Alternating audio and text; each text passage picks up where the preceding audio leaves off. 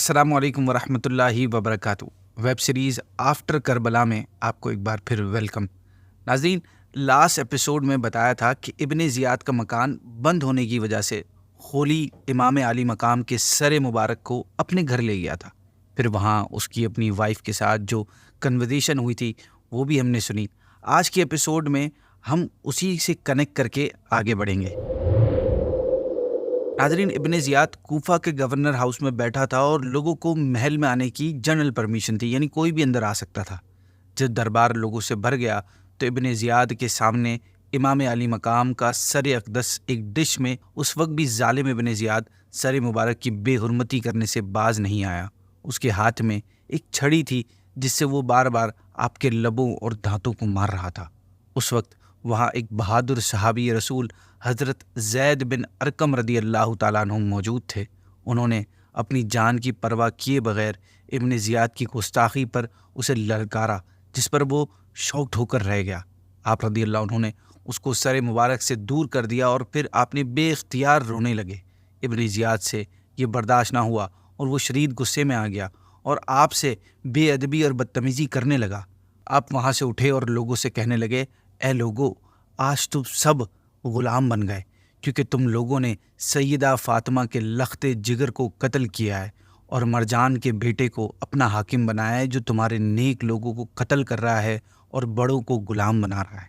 تم نے ذلت کو گوارا کیا ہے، اور جو ذلت کو گوارا کرے اس پر خدا کی مار ہے۔ پھر آپ نے ابن زیاد کو مخاطب کر کے کہا کہ اے ابن زیاد، میں تجھ سے وہ حدیث ضرور بیان کروں گا جو تجھے غیظ و غضب کی آگ میں ڈال دے گی۔ میں نے نبی پاک صلی اللہ علیہ وسلم کو دیکھا ہے کہ آپ نے اپنی ران پر حسن کو بٹھایا اور حسین رضی اللہ تعالیٰ عنہما، اور اپنے ہاتھ مبارک آپ نے ان کے سروں پر رکھ کر یہ دعا فرمائی ہے، یا اللہ، میں ان دونوں کو تجھے اور نیک مسلمانوں کو سونپتا ہوں۔ اے ابن زیاد، دیکھ نبی کی امانت کے ساتھ تو نے کیا کیا۔ یہ کہتے ہوئے آپ وہاں سے روانہ ہو گئے۔ اس کے بعد اہل بیت کے دوسرے افراد ابن زیاد کے سامنے پیش کیے گئے اور وہ ان اہل بیت اطہار سے بھی بدتمیزی کرنے لگا۔ معاذ اللہ ان کے سامنے اپنی فتح کا اظہار کرنے لگا۔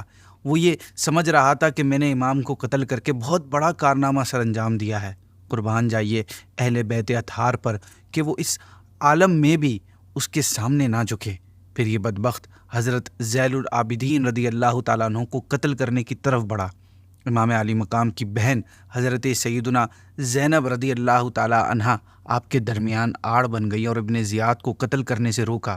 اس طرح وہ اپنے اس ناپاک ارادے سے باز آ گیا، ورنہ امام زین العابدین کو بھی شہید کر دیا جاتا۔ ویورز، اس کے بعد حضرت امام علی مقام کے سر مبارک کو انعامات حاصل کرنے کی غرض سے اس نے یزید کی طرف شام کے لیے روانہ کیا۔ اس کا مقصد یہ تھا کہ یزید کے پاس جب یہ سر مبارک پہنچے گا تو یزید اسے انعامات و اکرامات سے نوازے گا۔ جب سر مبارک کو شام کی طرف روانہ کیا جا رہا تھا تو اس وقت سر مبارک سے بڑے عجیب کرامات کا ظہور ہوا۔ چنانچہ حضرت زید بن ارقم سے روایت ہے کہ جب ابن زیاد نے حکم دیا کہ حضرت امام حسین کے سر انور کو نیزے پر چڑھا کر کوفہ کی گلیوں میں پھرایا جائے، تو اس وقت میں اپنے مکان کی کھڑکی میں کھڑا قرآن حکیم کی سورہ کہف کی تلاوت کر رہا تھا۔ پڑھتے پڑھتے جب میں اس آیت کریمہ تک پہنچا جو کہ سورہ کہف کی آیت نمبر 9 تھی، جس کا ترجمہ ہے، کیا تمہیں معلوم ہوا کہ پہاڑ کی کوہ میں اور جنگل کے کنارے والے ہماری ایک عجیب نشانی تھے۔ اس آیت پر پہنچتے ہی سر مبارک سے ایک آواز آئی، اے قرآن پڑھنے والے، اصحاب کہف کے قصے سے زیادہ عجیب میرا قتل کرنا اور سر نیزے پر لیے پھرنا ہے۔ ناظرین، حقیقت یہی ہے کیونکہ اصحاب کہف پر ظلم غیر مسلموں نے کیا تھا اور انہیں قتل نہیں کیا گیا تھا، اور امام علی مقام کو ان کے نانا جان کا کلمہ پڑھنے والوں نے مہمان بنا کر بلایا، پھر بے وفائی کی اور 3 دن بھوکا پیاسا رکھ کر شہید کر دیا۔ یہ زیادہ عجیب ہے۔ پھر جب یزیدیوں کا یہ گروپ امام علی مقام کے سر مبارک کو لے کر پہلی منزل پر ایک چرچ کے پاس رات گزارنے کے لیے رکا اور شراب پینے میں مصروف ہو گیا، تو ان کے سامنے کہیں سے ایک لوہے کی ایک قلم ظاہر ہوئی، اور اس قلم نے خون سے یہ شعر لکھا جس کا ترجمہ ہے کہ جنہوں نے حضرت امام حسین کو قتل کیا ہے وہ اس بات کی امید رکھتے ہیں کہ ان کے نانا جان قیامت کے دن ان کی شفاعت کریں گے۔ یزیدیوں نے جب یہ دیکھا تو اس پر ان کو بڑا تعجب ہوا۔ دوسری روایت میں یہ بھی آیا ہے کہ جب ان کی نگاہ لکھے ہوئے شعر پر پڑی تو انہوں نے چرچ کے راہب سے پوچھا کہ یہ شعر کس نے لکھا ہے اور کب لکھا ہوا ہے؟ راہب نے کہا، یہ کس نے لکھا ہے یہ مجھے معلوم نہیں، البتہ اتنا جانتا ہوں کہ یہ تمہارے نبی کے زمانے سے 500 برس پہلے کا لکھا ہوا ہے۔ ناظرین، اس راہب نے جب شہیدوں کے سروں کو نیزے پر اور چند بیویوں کو اور بچوں کو قید کی حالت میں دیکھا تو اس کا دل بھر آیا، اور پوچھنے پر اس نے پورا حال جب اس کو پتہ چلا تو اس نے کہا، معاذ اللہ، تم لوگ کتنے برے آدمی ہو کہ تم نے اپنے نبی کی اولاد کو قتل کر دیا اور پھر ان کے بال بچوں کو قیدی بنایا ہوا ہے۔ پھر اس راہب نے ان یزیدیوں سے کہا کہ اگر تم رات بھر کے لیے اپنے نبی کے نواسے کا سر ہمارے پاس رہنے دو تو میں تم کو 10,000 درہم دوں گا۔ وہ لوگ راضی ہو گئے۔ راہب نے رقم ادا کر کے حضرت امام حسین کا سر مبارک لیا اور اپنے مخصوص کمرے میں لے گیا۔ پھر سر انور اور چہرہ مبارک اور مقدس زلفوں اور داڑھی کے بالوں پر جو گرد و غبار اور خون جمع ہوا تھا دھویا، عطر لگائی اور بڑی تعظیم و تکریم کے ساتھ اپنے سامنے رکھ کر زیارت کرنے لگا۔ اللہ پاک اس کے اس ادب سے راضی ہوا اور اس نے اپنی رحمت کے دروازے اس راہب کے لیے کھول دیے۔ راہب رونے لگا اور اس کی نگاہوں سے پردے اٹھ گئے۔ اس نے دیکھا کہ سر اقدس سے آسمان تک نور ہی نور ہے۔ جب اس نے سر اقدس کی یہ کرامت اور انوار و تجلیات کو آبزرو کیا تو سچے دل سے وہ لا الہ الا اللہ محمد رسول اللہ پڑھ کر مسلمان ہو گیا، اور صبح کو سر انور ان یزیدیوں کے حوالے کرنے کے بعد چرچ کو ہمیشہ کے لیے چھوڑ کر وہ اہل بیت کا خادم بن گیا۔ یہاں ایک اور واقعہ بھی ہوا کہ یزیدی لشکر نے آپس میں یہ فیصلہ کیا کہ جو درہم راہب نے دیے ہیں وہ یہیں آپس میں ڈیوائیڈ کر لیا جائے۔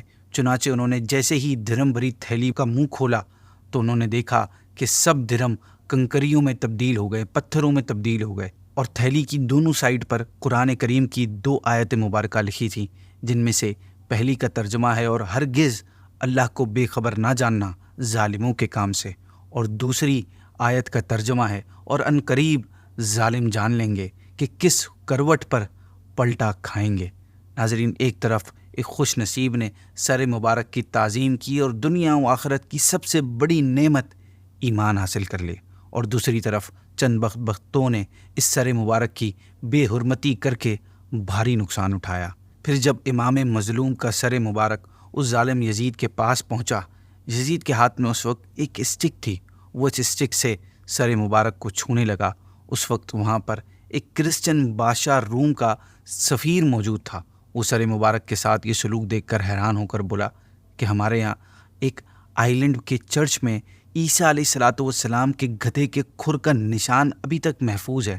ہم ہر سال دور دور سے اس کی طرف حج کی طرح جاتے ہیں اور منتیں مانتے ہیں اور اس کی ایسی رسپیکٹ کرتے ہیں جیسے تم لوگ اپنے کعبے کی کرتے ہو۔ تم نے اپنے نبی کے بیٹے کے ساتھ یہ سلوک کیا، میں گواہی دیتا ہوں کہ تم لوگ باطل پر ہو۔